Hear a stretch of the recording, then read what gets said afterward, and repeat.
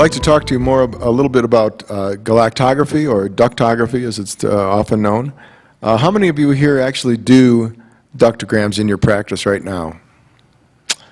Okay, very good. Well, I'm glad some of you are doing it, because I think it's a very, very useful technique, as you can tell by the title of this talk. Useful and very, very helpful, especially in cases where the surgeon needs your help. I think this is a great way to give it to him, as I'll show you. Indications for galactography. I think there are some very definite indications. Clearly they have to do with nipple discharge. If there's no nipple discharge, you really can't do much of a ductogram.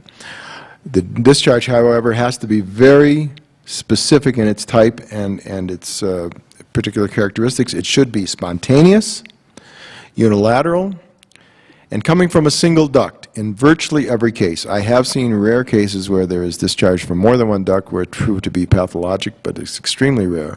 When it comes from a single duct, it should be of a certain color. It should be either bloody, that is either red or brown, serous, that is kind of that yellow but very clear, or totally clear like water. You can see these are nicely color-coded for your reference. But truly, if it isn't one of these colors and it doesn't meet these features, you probably shouldn't be wasting your time and the patient's time thinking about ductography.